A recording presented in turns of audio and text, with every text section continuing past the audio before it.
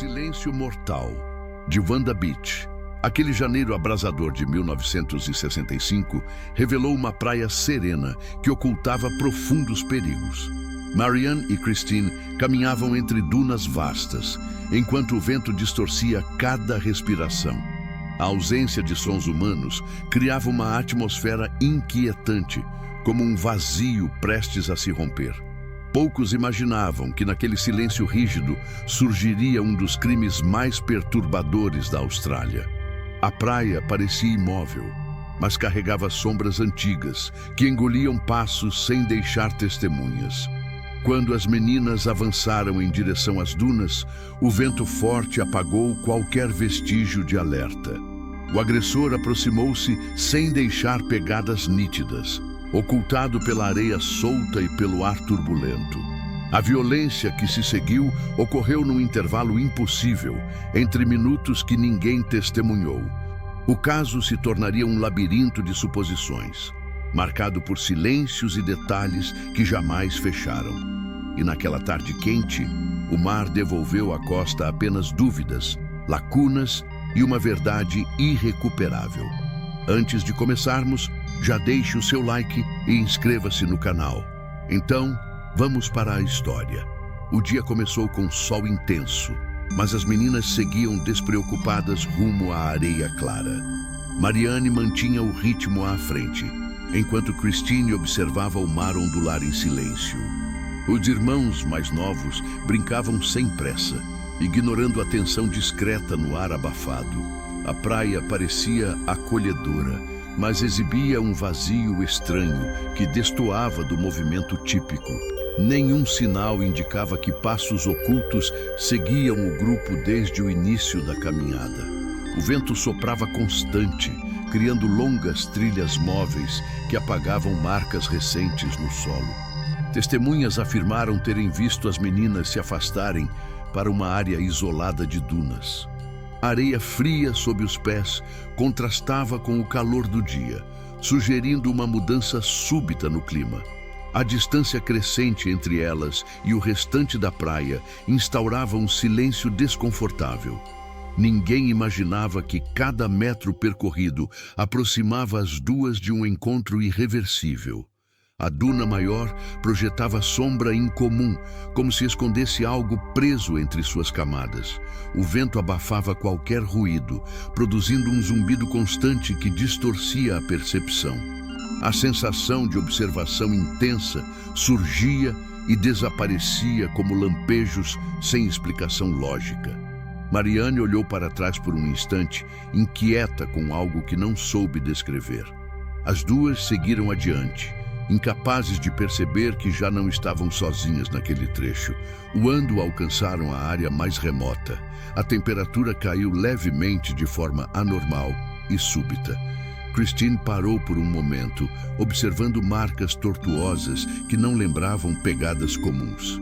O vento soprou mais forte, arrastando areia suficiente para ocultar parte do rastro estranho. Um redemoinho pequeno formou-se diante delas, girando como se algo se movesse abaixo da superfície. E então, no topo da duna, surgiu uma silhueta imóvel que parecia aguardá-las em absoluto silêncio. A descoberta dos corpos ocorreu perto das 3 da tarde, quando o vento já dominava a paisagem. A areia formava pequenas cristas que dificultavam a visão, ocultando detalhes cruciais do cenário. Os primeiros banhistas que perceberam algo estranho relataram um silêncio anormal entre as dunas. A polícia foi acionada rapidamente, mas o deslocamento até o ponto exato levou minutos preciosos. Quando chegaram, compreenderam que enfrentariam um crime raro, brutal e cuidadosamente silencioso. Os agentes isolaram a área com dificuldade, pois o vento rearranjava tudo em questão de instantes.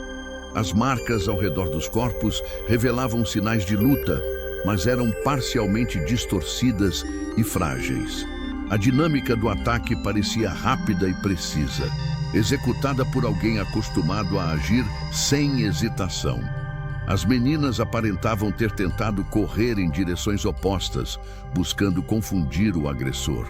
A ausência de ruídos de desespero levantava, desde o início, dúvidas que ninguém conseguia explicar. Relatórios iniciais revelaram que a área em torno das vítimas havia sido vasculhada metodicamente. Não havia arma aparente, nem objeto contundente que indicasse o instrumento exato do ataque. As dunas, porém, exibiam cavidades irregulares que sugeriam movimento recente sob a camada de areia. A possibilidade de mais de um agressor foi considerada, mas descartada por falta de evidências sólidas. Ainda assim, o local transmitia a sensação de que algo ou alguém permanecia oculto além do visível. Ao final da primeira análise, um detalhe capturou a atenção de todos. O silêncio era absoluto demais. Nenhum som de pássaros, passos ou vozes parecia atravessar aquele setor isolado da Praia Ventosa. Os agentes recuaram ligeiramente ao notar que o vento mudava de direção sem qualquer padrão previsível. Havia algo estranho nas dunas, algo que parecia observar cada movimento com paciência desconcertante. Então, quase imperceptível, surgiu uma pegada solitária onde não havia ninguém além dos investigadores. As testemunhas do dia anterior começaram a surgir, cada uma trazendo fragmentos imprecisos. Relatos descreviam um homem jovem à distância, andando sem rumo próximo à linha das dunas. Ninguém conseguiu detalhar seu rosto, pois o vento levantava areia suficiente para encobrir traços. Mesmo assim, a postura rígida e a hesitação constante chamaram a atenção de banhistas dispersos. A polícia percebeu rapidamente que aquela figura poderia ser a chave para entender o ataque. Mais depoimentos indicaram que o homem parecia seguir o grupo discretamente, mantendo distância. Alguns afirmaram tê-lo visto observando as meninas, mas sempre imóvel, como se avaliasse o terreno. Outros disseram que ele caminhava em círculos, criando trajetos sem lógica entre dunas irregulares. O comportamento despertou suspeitas, embora ninguém tivesse imaginado gravidade naquela hora. Com o avanço das perguntas, surgia um padrão inquietante. Ninguém ouviu sua voz, nem um som sequer. Investigadores tentaram reconstituir o percurso, mas a paisagem havia mudado durante a tarde. Marcas antes visíveis haviam desaparecido, substituídas por ondulações recentes moldadas pelo vento. O local onde testemunhas viram o suspeito mostrava pequenas depressões difíceis de interpretar. Parecia que algo pesado havia pressionado a areia, porém sem formar pegadas humanas completas. O cenário indicava movimento, mas não revelava direção, como se o agressor não deixasse trajetória. Enquanto as equipes analisavam fotos aéreas, um detalhe emergiu em uma das ampliações. Entre duas dunas, uma sombra alongada projetava forma incompatível com pessoas na área. A inclinação da luz não justificava aquele contorno, que se estendia muito além do natural. Os agentes ampliaram a imagem mais uma vez, buscando distorção ou falha técnica na captura. E então perceberam que a sombra não vinha do solo, parecia surgir de algo acima da câmera. A equipe fotográfica examinou o registro inúmeras vezes, buscando algum artefato visual plausível. Perceberam que a sombra alongada surgia apenas em um ângulo específico, sem fonte física aparente. Tentaram relacionar o contorno a objetos próximos, mas nenhuma duna possuía altura compatível. O fenômeno levantou a hipótese de interferência luminosa rara, descartada minutos depois. A anomalia não se repetia em outras imagens, sugerindo evento isolado no momento exato da captura. Enquanto isso, a perícia revisava as marcas de luta com atenção redobrada, evitando suposições. Os arranhões paralelos no solo revelavam movimentos rápidos, como tentativa desesperada de fuga. A posição dos corpos indicava que as meninas foram surpreendidas simultaneamente, sem intervalo. A ausência de sinais extensos de arrasto evidenciava ataque eficiente e extremamente calculado. Foram encontradas microfibras não identificadas, deslocadas pelo vento, mas ainda preservadas. Relatórios preliminares apontaram para uso de arma branca, provavelmente curta e de lâmina fina. A profundidade das lesões sugeria agressor experiente, capaz de agir com precisão quase mecânica. Nenhum objeto foi encontrado, reforçando a ideia de que o instrumento fora levado da cena. O padrão das feridas era irregular, como se o ataque tivesse ocorrido em movimento constante. A perícia concluiu que cada golpe fora aplicado em poucos segundos, sem hesitação ou pausa. Mesmo com dados crescentes, a narrativa permanecia fragmentada e sem coerência absoluta. O tempo entre o último avistamento e a descoberta dos corpos era curto demais para a fuga completa. A praia estava relativamente ocupada naquele dia, dificultando a ação sem ser notado por alguém. Ainda assim, o agressor desapareceu como se tivesse atravessado uma zona invisível da paisagem. E foi nesse ponto do inquérito que surgiu um novo depoimento, capaz de alterar toda a investigação. O novo depoimento veio de uma adolescente que estivera na praia horas antes do crime ocorrer. Ela relatou ter visto um homem parado perto das dunas, com postura rígida e olhar inexpressivo. A testemunha afirmou que ele parecia observar Marianne e Christine de forma calculada e fria. Disse também que o vento levantava areia suficiente para ocultar detalhes do rosto do suspeito. A polícia considerou o relato consistente, embora faltassem elementos para a identificação direta. A jovem mencionou ainda que o homem parecia não reagir ao ambiente, ignorando ruídos e pessoas. Ele não movia a cabeça, não ajustava a posição, nem demonstrava desconforto com o calor intenso. Essa imobilidade chamou sua atenção, pois contrastava com a movimentação natural dos banhistas. Ela tentou se aproximar discretamente, mas o vento forte prejudicou sua visão por alguns segundos. Quando olhou novamente, o homem já não estava lá, desaparecendo, sem deixar qualquer trilha. Esse relato reacendeu a hipótese de que o agressor conhecia profundamente a região das dunas.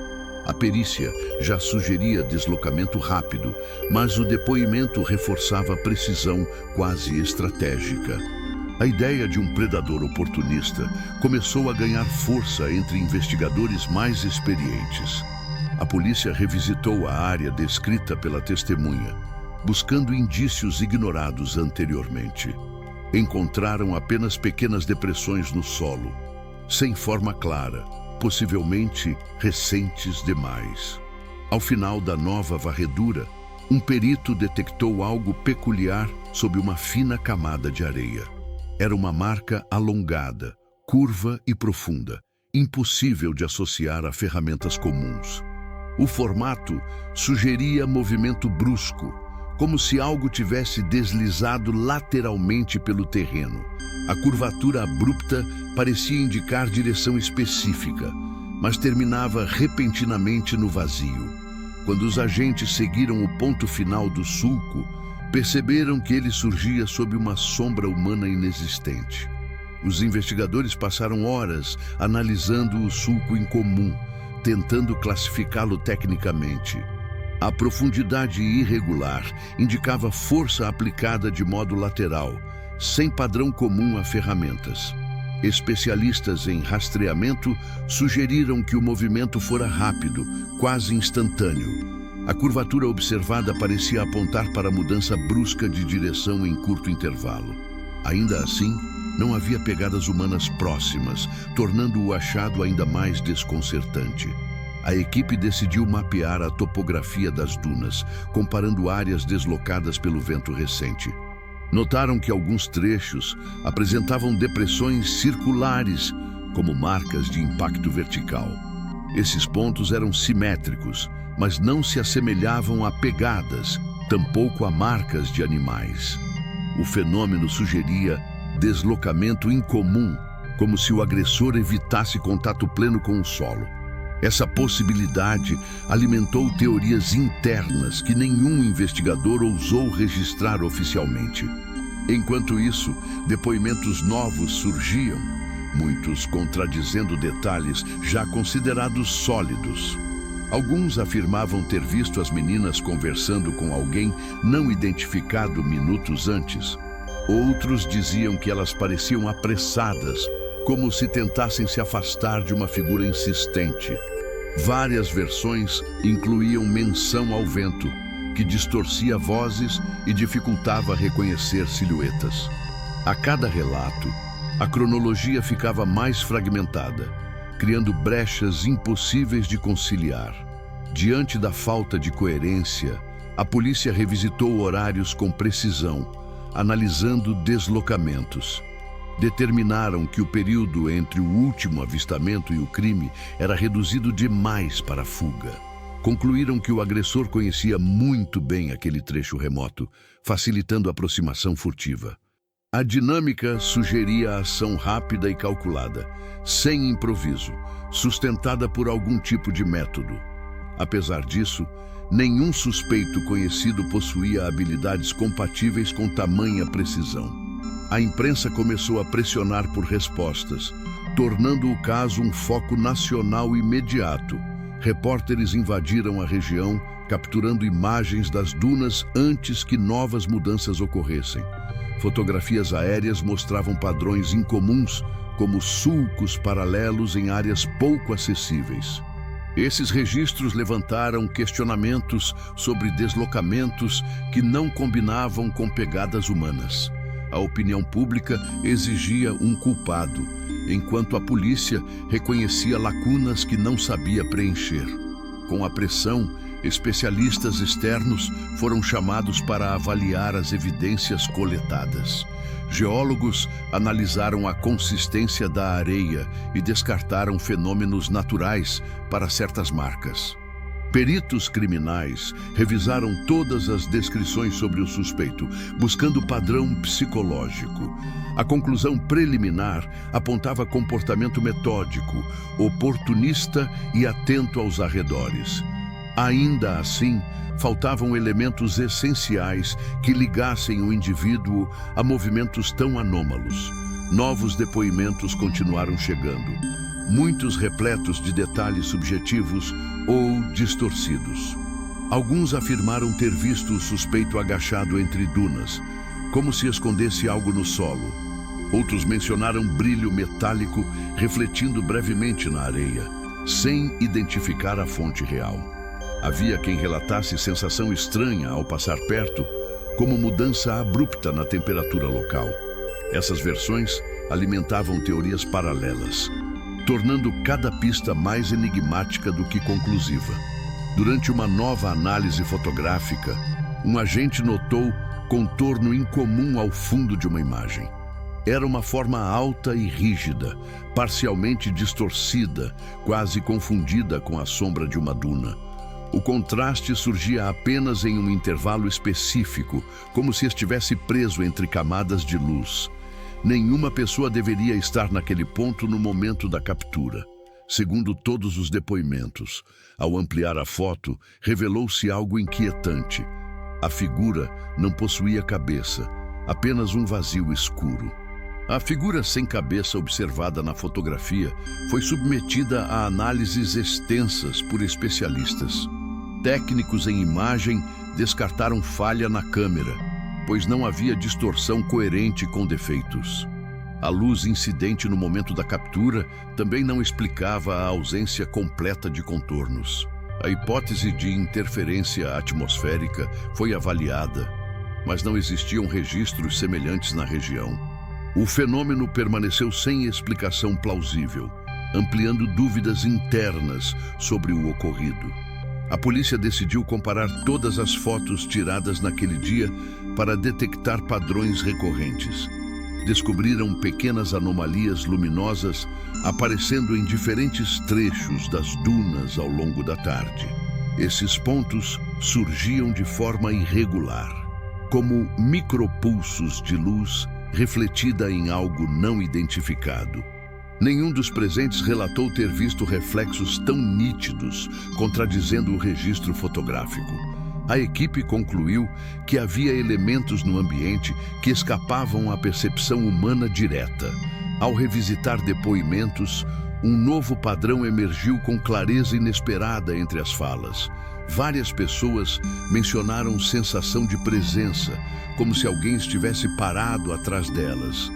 Esse incômodo era breve, mas suficiente para gerar relatos semelhantes ocorridos em momentos distintos.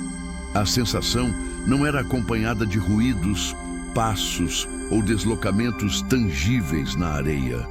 Para os investigadores, esse padrão subjetivo poderia indicar comportamento furtivo do agressor.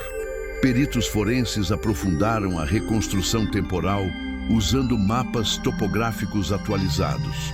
Constataram que as meninas desapareceram em um intervalo improvável entre mudanças bruscas do vento.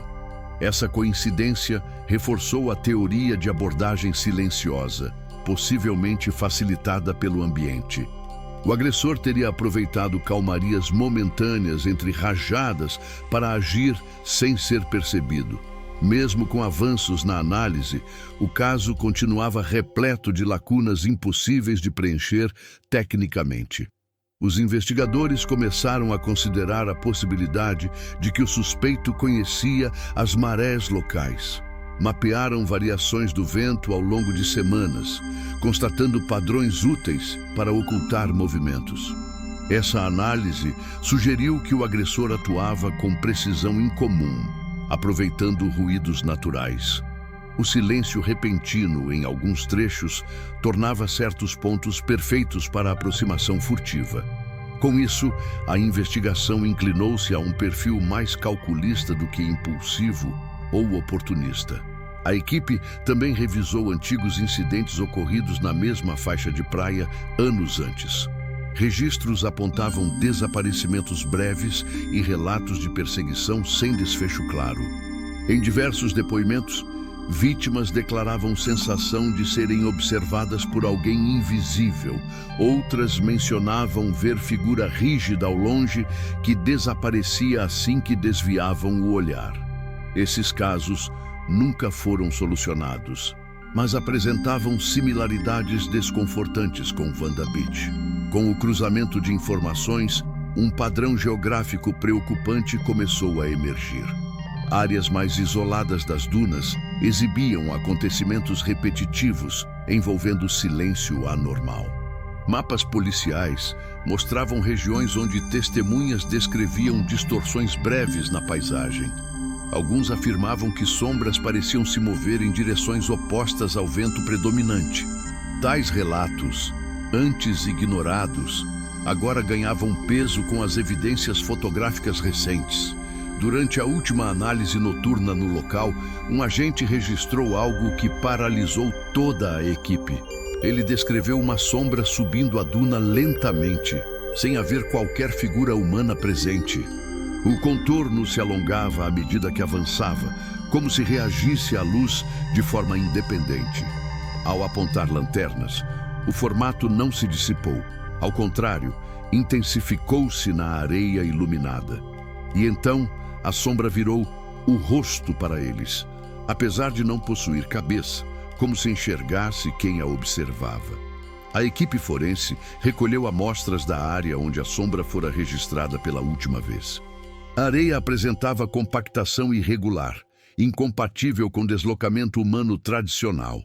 Micropartículas demonstravam pressão vertical intensa, concentrada em pontos específicos do solo. Esse padrão sugeria impacto rápido, como se algo tivesse tocado a superfície por frações de segundo. Mesmo assim, não havia fibras, fios de tecido ou vestígios comuns associados à presença física. Os investigadores tentaram recriar digitalmente a topografia exata daquele momento específico. Utilizaram fotos aéreas, mapas antigos e modelos de vento para simular comportamento das dunas. As projeções revelaram que certos pontos apresentavam sombras incompatíveis com a iluminação natural. Era como se elementos invisíveis deslocassem a luz, criando lacunas perceptíveis apenas na areia. Essa anomalia reforçou a hipótese de que o agressor explorava condições únicas daquele ambiente. Ao revisar novamente depoimentos das testemunhas, a polícia notou padrões psicológicos consistentes. Várias pessoas relataram sensação de paralisia momentânea ao se aproximarem de áreas isoladas. Outras mencionaram percepção de movimento ao longe, apesar de não identificar nenhum indivíduo real. Ninguém descreveu sons, vozes ou passos, reforçando teoria de aproximação extremamente silenciosa.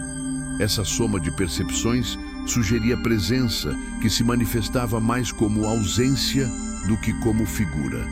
Enquanto isso, especialistas externos foram consultados para avaliar fenômenos visuais no local. Fotógrafos profissionais descartaram reflexos de objetos metálicos, pois não havia nada semelhante ali. Meteorologistas afirmaram que a variação do vento não justificava distorções tão definidas na areia. Até físicos consultados não encontraram explicação convencional para mudanças abruptas de sombra. A conclusão permaneceu desconfortável. Algo naquele ambiente se movia sem atender às regras comuns. Relatórios antigos foram finalmente analisados em conjunto, revelando detalhes negligenciados. Diversos banhistas haviam descrito sensação de bloqueio auditivo próximo às dunas mais altas. Alguns afirmaram que o ar parecia espesso, como se o som fosse absorvido antes de se propagar. Esse fenômeno coincidiu com o horário aproximado do desaparecimento das meninas em 1965. A correlação reacendeu suspeitas de que o agressor atuava em áreas onde ruídos simplesmente sumiam. Investigadores retornaram à praia com instrumentos modernos para medir variações no ambiente.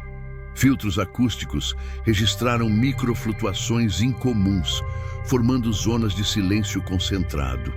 Essas zonas apareciam e desapareciam de maneira imprevisível, sem relação com o vento ou marés. O comportamento lembrava bolsões isolados, como se o som fosse drenado por alguma força invisível. Isso reforçou a ideia de que o ataque ocorreu em um desses pontos, anulando qualquer pedido de ajuda. Enquanto analisavam a região, uma equipe notou depressões simétricas na areia ao entardecer. Eram marcas novas, profundas e distribuídas em linhas quase geométricas, como rastros organizados. Nenhum animal da região conseguia produzir padrão tão preciso, tampouco ferramentas humanas. As depressões pareciam pulsar levemente quando o vento mudava, criando vibração discreta no solo. Ao tocarem a superfície, investigadores relataram sensação de frio intenso, sem origem lógica. Quando começaram a fotografar o padrão, algo inesperado ocorreu ao fundo da imagem capturada. Uma sombra estreita elevou-se lentamente, contrariando a direção natural da luz do pôr do sol. O contorno parecia escutar, inclinando-se de forma sutil na direção dos agentes presentes. Mesmo sem corpo ligado a ela, a sombra projetava volume, como se preenchesse espaço real no ar. E então, diante de todos, o formato começou a duplicar-se, criando duas figuras idênticas avançando. Todos descrevem o fenômeno com coerência. As formas surgiam sem corpo projetor identificável. A iluminação natural do entardecer não justificava contornos tão nítidos em direção contrária ao sol. Especialistas reavaliaram a posição dos observadores para excluir interpretações equivocadas. Nenhuma conclusão lógica foi possível, restando apenas anomalia visual, registrada em múltiplas câmeras. A equipe científica examinou a areia onde as figuras haviam passado, buscando alterações concretas. Microscopias revelaram granulação deslocada por pressão leve, como toque breve e vertical. O padrão não se encaixava em pegadas humanas, tampouco em marcas típicas de deslocamento animal. As partículas pareciam ter sido pressionadas por algo sem peso distribuído, como impacto suspenso. Esse achado reforçou teorias internas de que o agressor usava método incomum de aproximação. Ao investigar registros antigos, historiadores descobriram relatos semelhantes da década de 1940. Pescadores do período mencionavam zonas onde o vento parava e som desaparecia sem razão. Outros descreviam figuras altas surgindo ao longe, sempre imóveis e difíceis de encarar diretamente. Esses relatos, antes tratados como folclore local, agora pareciam ecoar padrões atuais. A polícia percebeu que o comportamento anômalo poderia ser histórico e recorrente naquela faixa litorânea. Com o cruzamento de dados modernos e relatos antigos, surgiram novas linhas de investigação. Especialistas em acústica apontaram para fenômenos raros envolvendo absorção seletiva de som. Entretanto, nenhum desses eventos conhecidos explicaria simultaneamente sombra, silêncio e precisão. A equipe concluiu que o agressor tinha vantagem total sobre o ambiente, controlando aproximação e fuga. Mesmo assim, faltava algo essencial: entender como alguém podia agir tão rápido sem deixar rastros. Os peritos decidiram realizar uma vigília noturna completa, mapeando variações ambientais em tempo real. Equipamentos térmicos mostraram flutuações bruscas de temperatura sem relação com o clima local. Regiões específicas das dunas apresentavam quedas súbitas, como se algo drenasse calor do ar. Essas oscilações coincidiam com zonas de silêncio já registradas em análises anteriores. A combinação sugeria presença operando de modo invisível, agindo entre brechas da paisagem. Durante a vigília, sensores acústicos captaram sons extremamente baixos, quase inexistentes. Eram padrões rítmicos, irregulares, lembrando passos abafados sob camadas profundas de areia. Os técnicos tentaram triangular a origem, mas o som parecia surgir em múltiplos pontos simultâneos. Essa característica tornava impossível determinar direção ou distância exata do movimento. A equipe notou que o ruído cessava imediatamente quando alguém tentava se aproximar do setor. A análise dos sensores revelou ainda distorções leves no campo magnético da área monitorada. Os aparelhos registravam oscilações repentinas sempre que sombras densas cruzavam o horizonte. Essas sombras não coincidiam com pessoas, objetos ou qualquer fonte luminosa plausível. O comportamento indicava interação desconhecida entre luz, areia e alguma forma de energia local. A investigação começou a considerar que o agressor explorava fenômeno físico ainda não compreendido. Quando a noite avançou, os agentes perceberam um movimento lento no topo de uma das dunas maiores. Uma sombra estreita surgiu, alongando-se de forma anormal contra o brilho fraco da lua encoberta. O contorno parecia reconhecer a presença da equipe, inclinando-se como gesto de observação direta. De repente, novas sombras emergiram ao redor, formando um círculo perfeito em silêncio absoluto. E então, a areia começou a afundar no centro, como se algo subterrâneo estivesse finalmente subindo. A equipe recuou alguns metros, observando a duna sem fazer movimentos bruscos que alterassem registros. Os sensores térmicos mostraram queda acentuada no centro da formação, sugerindo deslocamento interno. Geólogos avaliaram o comportamento da areia, concluindo que não se tratava de afundamento natural. O padrão indicava pressão ascendente vinda de baixo, como se força concentrada empurrasse o solo. Nenhum fenômeno documentado na região explicava variação tão súbita e coordenada em camadas profundas. Os técnicos analisaram dados capturados minutos antes do evento, comparando-os com ocorrências antigas. Perceberam que vibrações semelhantes foram registradas em 1965, pouco antes do crime das meninas.